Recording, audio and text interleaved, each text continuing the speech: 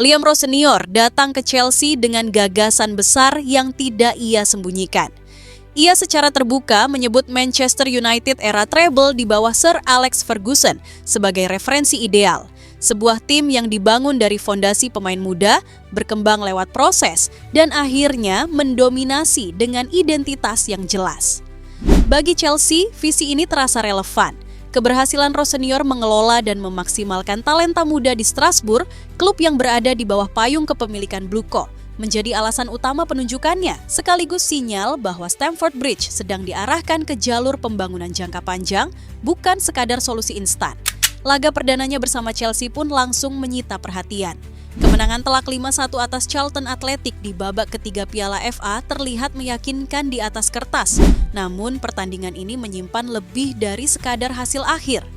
Meski lawan berada di level berbeda, pertandingan ini tetap memberi gambaran awal tentang pendekatan Rose Senior.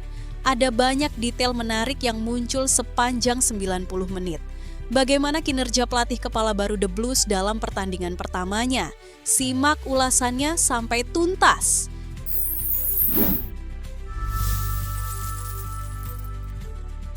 Rose Senior langsung memperkenalkan pendekatan yang terasa akrab bagi publik Stamford Bridge, selaras dengan identitas permainan yang selama ini diharapkan oleh pemilik klub. Tidak ada kejutan ekstrim pada fase awal ini, justru apa yang terlihat di lapangan memberi kesan kesinambungan, seolah Chelsea melanjutkan fondasi yang sebelumnya sudah dibangun. Secara struktur, pola permainan tersebut sangat menyerupai apa yang pernah diterapkan Enzo Maresca. Chelsea tampil rapi saat bertahan dan berubah lebih agresif ketika menguasai bola. Pergerakan Jorel Hato menjadi salah satu detail paling menonjol dengan perannya yang fleksibel saat tim mulai menekan. Dominasi penguasaan bola pun terasa jelas, meski pertahanan rapat Charlton sempat membuat Chelsea harus bersabar hingga mendekati akhir babak pertama. Momen itu akhirnya pecah lewat gol pertama era Rose Senior, sebuah penyelesaian tenang Hato dari dalam kotak penalti. Gol pembuka tersebut terasa layak jika melihat jalannya babak pertama. Chelsea sepenuhnya mengendalikan permainan, memonopoli bola dan terus mengirimkan ancaman ke gawang lawan. Volume tembakan yang mereka hasilkan mencerminkan kontrol itu, meski efektivitas masih menjadi pekerjaan rumah yang terlihat jelas sejak awal laga.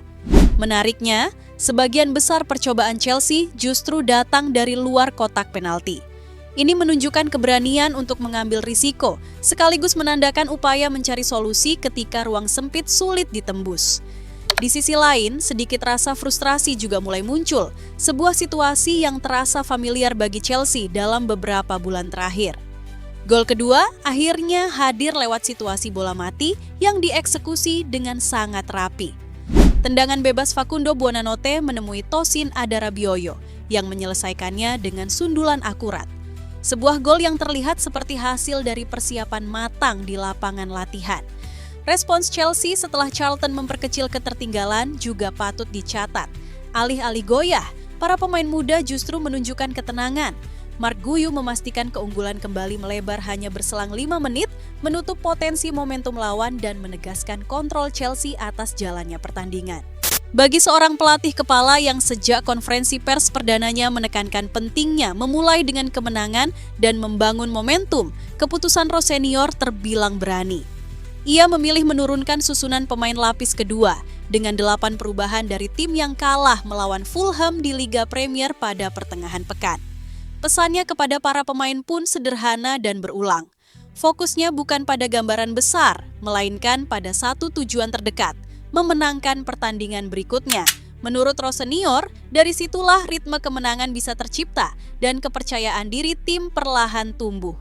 Dengan jadwal Chelsea yang semakin padat, akhir pekan dan tengah pekan datang silih berganti, Rose Senior tampaknya masih akan mengatur rotasi dengan cermat.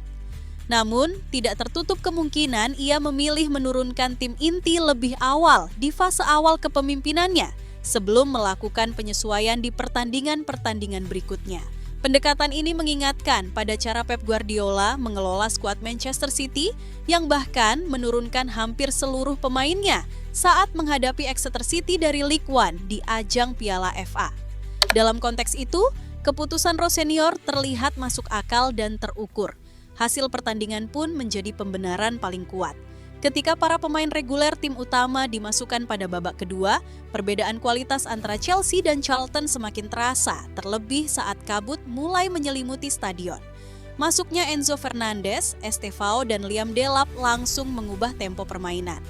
Chelsea mengurung Charlton dalam 20 menit terakhir dan skor bisa saja lebih besar andai kiper lawan, Will Maignan, tidak tampil gemilang dengan sejumlah penyelamatan krusial. Chelsea akhirnya tetap menambah gol di penghujung laga. Pedro Neto yang baru masuk dari bangku cadangan 5 menit sebelumnya melepaskan tembakan akurat ke sudut bawah gawang sebelum Fernandes menutup pertandingan lewat eksekusi penalti di menit-menit akhir. Meski demikian, masalah lama di lini pertahanan kembali muncul ke permukaan. Ini menjadi pertandingan ke-7 berturut-turut Chelsea gagal mencatatkan clean sheet. Bahkan secara keseluruhan, mereka baru meraih 2 clean sheet dalam 12 laga terakhir. Sebuah catatan yang jelas membutuhkan perhatian serius dari Rossinior. Gol balasan Charlton pun datang dari situasi bola mati, sesuatu yang pasti mengecewakan sang pelatih. Para pemain Chelsea gagal bereaksi cepat untuk mengamankan bola kedua setelah Philip Jorgensen melakukan penyelamatan awal yang sebenarnya cukup baik. Kelalaian itu dimanfaatkan Miles Liburn, lulusan Akademi Chelsea, yang dengan tenang mendorong bola melewati Jorgensen. Di pinggir lapangan, Rossinior memperlihatkan sosok yang tenang, kalem, dan penuh keyakinan. Namun ketenangan itu tidak berarti tanpa emosi. Ia beberapa kali menunjukkan frustrasi ketika serangan Chelsea buntu atau ketika pemain memilih opsi yang keliru, terutama sebelum gol pembuka tercipta. Para pendukung pun bisa melihat berbagai sisi Rossinior di bangku cadangan. Dari selebrasi sederhana dengan jabat tangan bersama staf pelatih, hingga gestur emosional dengan kedua tangan di belakang kepala saat peluang emas nyaris berbuah gol. Kemenangan 5-1 atas Charlton Athletic langsung menempatkan Liam Rossinior dalam posisi yang relatif nyaman di awal masa kerjanya. Bukan karena lawannya, melainkan karena cara Chelsea merespons kehadiran pelatih baru. Dalam situasi klub yang sebelumnya diliputi ketidakpastian arah, hasil ini memberi Rossinior ruang bernapas untuk mulai membangun otoritasnya di ruang ganti tanpa harus dibebani tekanan instan dari papan klasemen liga. Bagi Rossinior, laga ini juga berfungsi sebagai pernyataan awal bahwa ia tidak datang sekadar sebagai pelatih transisi. Keputusannya merotasi skuad, tetap menjaga kontrol permainan dan memastikan tim tampil dominan sejak awal, memperlihatkan kepercayaan dirinya dalam mengambil keputusan. Para pemain pun merespons dengan energi yang positif, sesuatu yang seringkali menjadi indikator penting dalam fase awal pergantian pelatih. Efek paling krusial justru terlihat pada dinamika internal tim. Di bawah pelatih baru, kemenangan besar semacam ini membantu menyatukan kembali skuad yang sebelumnya terfragmentasi oleh performa inkonsisten. Rossinior mendapatkan momen langka untuk menyampaikan pesan-pesannya dalam atmosfer kemenangan, bukan krisis. Kondisi ideal bagi seorang pelatih yang ingin menanamkan standar baru tanpa resistensi berlebihan. Dalam konteks musim yang masih panjang, hasil ini memberi Rossinior modal psikologis yang signifikan. Chelsea memang belum bisa menarik kesimpulan besar dari satu pertandingan, tetapi fondasi awal sudah terbentuk. Kepercayaan pemain terhadap pelatih dan kepercayaan pelatih terhadap skuadnya. Ini adalah mata uang paling berharga bagi manajer baru di klub sebesar Chelsea.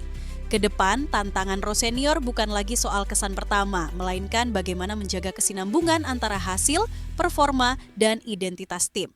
Namun satu hal sudah jelas, kemenangan atas Charlton bukan hanya tiket ke babak berikutnya Piala FA, melainkan titik awal di mana era Liam Rossinior mulai terasa nyata di Stamford Bridge.